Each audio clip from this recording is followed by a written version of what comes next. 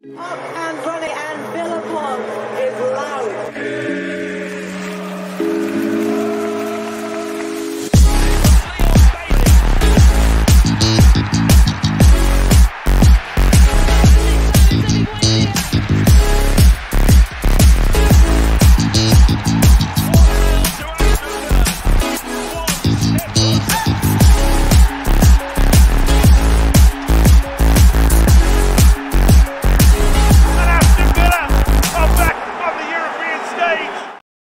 Hello and welcome to the Villa Park podcast. It's me, Rich, and I'm back with your favourite show on the channel, Talking Tactics. It is our favourite because not only have we got Gareth, but we keep talking about victories for Aston Villa. So yeah, we've just got to keep doing them. But first of all, make sure you guys hit that like button, hit that subscribe button, get involved in the comments, your thoughts on the performance, your thoughts on what we break down into the show as it goes on. So make sure you stick around to the end to see all the slides, all of the screenshots that Gareth has prepared in his match of the day style analysis.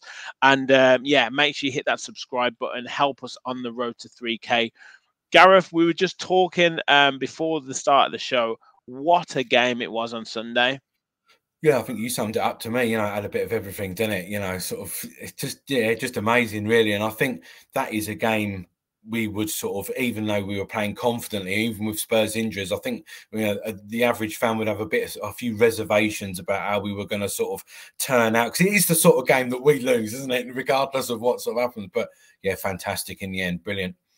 Yeah, and I'm sure we'll get into it. And I've seen like preview of some of your slides, but that first 15 minutes, 20 minutes, I mean, it was intense from Spurs, absolute intensity. And maybe previous Villa sides would have crumbled. Yeah, I mean, I think for the first half, we weren't great, were we? I mean, we were very lucky, let's be honest, to go in at 1-1. I think if we would have gone in at 1-0 down, I didn't think we'd have had any complaints. I was quite happy with that, considering how we'd played. But yeah, to go in at 1-1, you know, was really important, I think. Yeah. Absolutely. Well, I'll pick your brains on some of the more intricacies of the performances as we go on, and a little bit on Tottenham as well, because yeah, it's going to be interesting seeing how they cope with not only the injuries but also the intensity that they play with across a 38-game season. But let's get into some of the viz. So looking at the passing networks now, this is minutes 1 to 46, which I guess really highlights the lack of possession and the lack of passing sequences that we could get. Yeah, I mean, and there wasn't much change in the second half apart from a few positional changes. We didn't see a great deal of the ball, did we? Really, overall, and no. I think the highest passing combination I think was 18, and I think that was between Martinez and Pau Torres. So it was 18 combinations, which is really quite low for us. I think the most part were 43 from Luiz and 42 from Kamara. So we didn't see a great deal of the ball that we normally see at home against the, you know, let's be honest, the Spurs weren't bad. No. And you're looking at that. I mean, they really did put pressure on that back four, because a lot of the time you see the passes, admittedly it's Konsa in that central defensive area, but Pau and Konsa, but no passes at all really between Pau Torres and Carlos. Nothing across from Carlos to Konsa really. So they really didn't allow us to pass across the back four at all. No, exactly. I mean, this is 8+ passing combinations, so there has to be more than 8 combinations between those players for that to be registered on my viz, and there wasn't. No, and he's very, you can see that defensive line as well is also quite low, which we've spoken about. Is usually sort of average on high. When we look back to the Forest game, for example, they were pretty much in a straight line with the midfield. Yeah. So it's very, very different. Yeah, and one more point on that.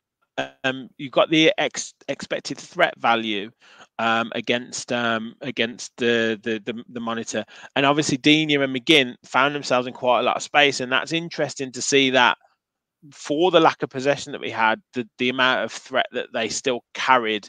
Obviously part of that is, I guess, down to the goal, or the goal that wasn't in the end with Watkins. But yeah, interesting to see that they still were posing a threat in that first half in particular. Yeah, I mean they were good, weren't they? You know, I think Luca Digne I think he's going to struggle to be removed from the side, and John McGinn sort of does what he's asked of him wherever he seems to be. I mean, I did think sort of a lot of it was set piece expected threat as well. I thought Luiz was really good from a dead Fair. ball, really Yeah. good. Yeah, Yeah. I think it was. Well, obviously we saw his pass for Torres's goal, which was unbelievable. Yeah, exactly. It was brilliant, and you know, Martinez even registered a few sort of slinging them long balls down. But yeah, I think Digne and McGinn played did really well. Yeah, yeah. And then just summing that up, yeah, you said there, Luca Digne, John McGinn, Douglas Luiz in the top 3 of the top 4 for expected threat. Obviously, yes, you've said the set pieces are included in that as well. But yeah, I guess good to see that we're now showing an ability to be able to score or at least be a threat from set pieces.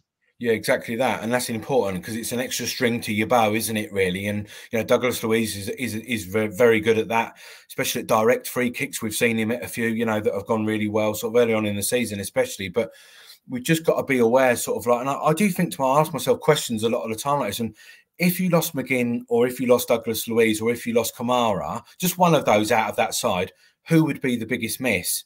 It's a really tricky question to answer when you actually try and think about it. Yeah, well, they're going to be missing one of them on Sunday against Bournemouth with Kamara getting the 5 bookings. So, in some ways, we might find out how we cope with that, because he certainly grew into the game as it went on and had more and more influence as it carried on. So, yeah, it's going to be interesting to see. Quick look at the XG, particularly the shot map. What are your main observations from this? Yeah, the one closest to the goal, I think, is the McGinn chance. Is that right? Am I right in thinking that? Possibly, or yeah, it when McGinn crossed it to Ollie and he headed it that's the off one. Ben Davis. Sorry, that's the one. Yeah, yeah. And I just, you know, another one that's got to go in. You know, that's a high XG chance. You know, but yeah, I mean, I think I saw on Sky Sports yesterday that we are like 0.16 expected goals per shot is good, but we are also hitting that in our defensive numbers. So we're actually sort of conceding quite high quality chances on a regular basis. So just something to be aware of there. Yeah. I did think as well, though, once this might be a good time to call it. Once we got the goal in the 60th minute, I did think that Tottenham, and obviously changes, the bench was a massive influence on what changes could be made or couldn't be made. But I did feel like they just completely fell off a cliff in terms of their fitness, in terms of their pressing. You know, they were really trying. It was almost like they were willing to try and to make the sprints and do the running, but they just couldn't do it. I don't know whether you kind of saw that from an analyst perspective, and there was a lot of huffing and puffing, but not a lot of real chances, if you know what I mean. No, it was massively noticeable. I've actually wrote in my notes here that pretty much exactly what you have just said during the game, you know, in my notes. And I said to my missus sitting there, I said, they've had it. I said, they look absolutely knackered already, you know, and I just thought, you've got to capitalise on that. And we did, you know, which was a good thing, but they just couldn't make them recovery runs. And I think really it could have been 3 or 4 had we been a little bit more ruthless. Yeah. Maybe we'd have got a bit more credit had that happened. Quick look at the timeline as well. Anything that you're spotting from this in terms of the way that we set up our chances, or the storyline of the game from a Tottenham perspective as well? No, I mean, we can obviously see both sides creating a lot of chances in the second half of the game, which just shows you sort of, it's almost a bit of a to and fro of a game, isn't it? Sort of, it was almost like a basketball contest in some point. So yeah, this is exactly what it is. But those 2 goals at that moment, in those moments in time, were really, really key. Yeah, 100%. We're going to get the slides on in a second, guys. Don't forget, hit the like button, hit the subscribe button, comment down below on your thoughts on the tactical approach that we set up against Tottenham and how we turned it around in terms of the result. Let me just get my screen, and we're trying a slightly different layout here, so hopefully it brings you guys a better experience of the pictures. So first up, we're looking at marking the half spaces, staying narrow, and keeping that compact shape. So, yeah, how did this kind of affect the game? Yeah, so as we know now that Pedro Porro and Undagi, the fullbacks for Spurs, they position themselves inside in sort of like what you call a two number 8 positions, if you like, and they like to be in those half spaces, so they give opposition teams a problem. Do you have your central midfielders mark them? Do you have your wider midfielders come in and mark him? Who marks their fullback? Do our fullbacks mark out wide? What do we do? And it was kind of a bit hit and miss for Spurs, really, because Porro sort of sits a little bit off. So he wants to be a little bit more of a playmaking fullback, if you like. And then Doggy tries to occupy spaces, and we can see him next to Kamara there, for example. That's Porro is the one at the top, in the middle, up the top there, sort of. This one or this one? Yeah, this one. That's it. Yeah. So you've really got him. He wants to be pushed up. You normally alongside McGinn in those 2-8 positions. So it's up to McGinn or Kamara, or do you have the 2 central midfielders, as in Kamara and Luiz, or do you have McGinn and Cash coming? This is why Matty Cash was withdrawn at half-time, in my opinion. I don't he did the role properly. I don't think it was as good as what he should have been. I think he needed to either come inside or come out, and he didn't really get that communication going with Konsa. He didn't seem quite sure of what he was doing out of possession, and in possession he wasn't as effective. It's not for Cash on the right-hand side. Nah, it's almost like he was caught in no man's land, and there's no worse situation to be in than in that on or off the ball, because you pick up the ball in that kind of no man's land situation and you all of a sudden pressured by 2 players, and then you kind of caught between chasing down someone or kind of holding your position, and you don't know which one to do. So yeah, I totally agree with you. That's probably why he was taken off at halftime, as well as the booking that was against him as well. But here you're looking at those halftime subs, and in particular the influence that Youri Tielemans had. I thought he was fantastic after he came on. Didn't do a massive amount visually that everyone would go, oh, what a great thing. But he really did, on and off the ball. His energy is important to this side, and I think he'll be the one that will come in for Kamara. I think we could all probably agree on that. But when he came on, just to feel, he performed that half space role perfectly. And this is almost where Cash was supposed to be.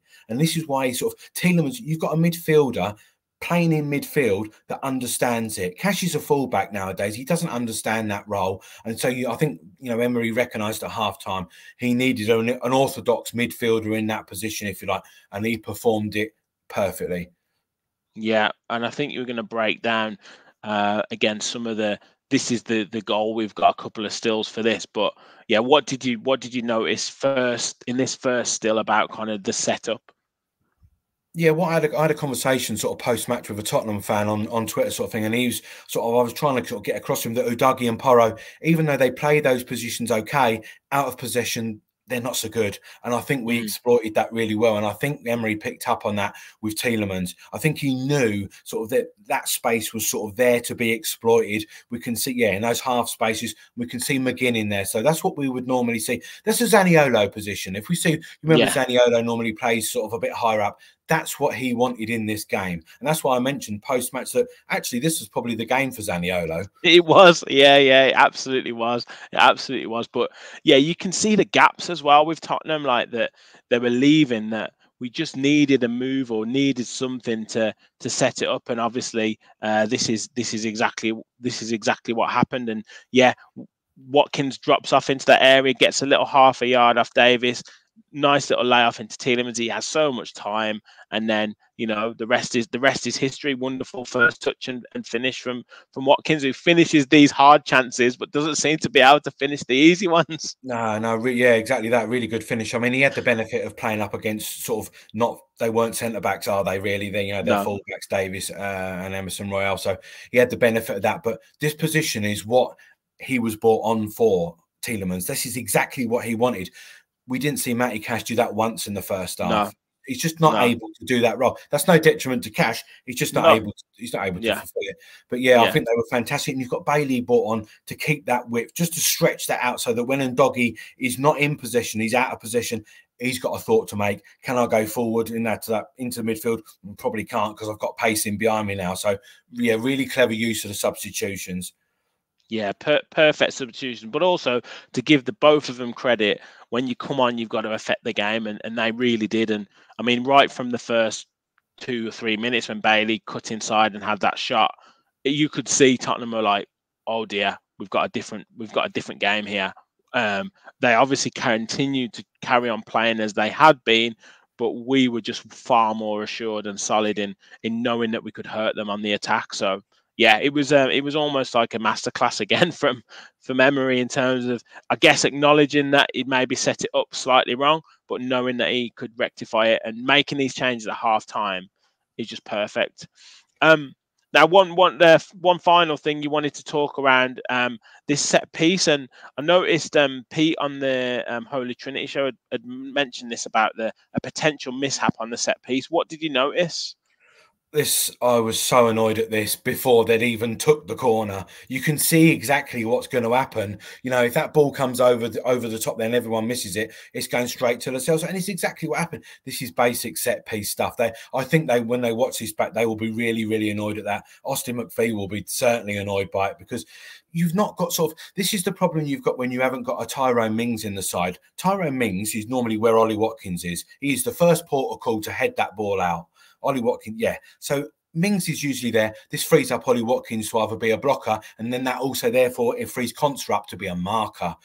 He's not doing both here, Conser. Not quite sure what's going on here. I'm not quite sure why Luca Digne has got to stand up there to block that corner taker, because it's not an in-swinger, it's an out-swinger. There doesn't seem to be much point in him being there. I can kind of understand Leon marking the short, but Digne can drop back into the box, who's normally a marker. We don't tend to do this on corners with Digne's position there, so I'm not quite sure what the reason was in behind it. But again, we've got too many players that have got, you know, you've got Emerson Royale, you've got Kulusevski, Lo Celso. They've all got too much space for me there. Yeah, is there? So Carlos is in there. So you've got 1, 2, 3, 4, 5, 6, 7, 8, 9, 10, 11. I mean, I never understand why you take 11 players back. Like, leave one player on the halfway line. That automatically means that Tottenham would have to leave at least 1 or 2. You don't want to, you know, a lot of the time you don't want to leave it 1v1. So you go 2v1 at the back. So that automatically makes less people in and around the box. The Digne position, maybe he's thinking, if they take it short, I don't want to leave DRB 2v1. But he probably needs to be a little bit further back so we can get out to it, or we can drop in. And then Conte, for me, needs to be further up here, like you said there, to kind of be more close to the edge of the box. But he probably doesn't need to be Conte. He needs to swap with Kamara. Conte takes Royale, Kamara takes Lo Celso, and he's on the edge of the box. That's probably what I would have done. Yeah, I mean, I think part of the issue is that Diaby is not on the pitch at this point. Diaby is usually the one that is higher up. He's here. Yeah. Yeah. Is that Diaby? Yeah, yeah. Is it Diaby? Yeah, that's Sorry. Diaby. Yeah, so normally you would have him further up the pitch. He normally hasn't. Sort of retreats on set piece. I kind of thought, why you've got two? I get the short corner and everything, but the chances of it playing short Spurs, they don't tend to do it. I think it's just more of a case of the setup was a little bit sort of, it just quite off for me. You could just see what was going to happen.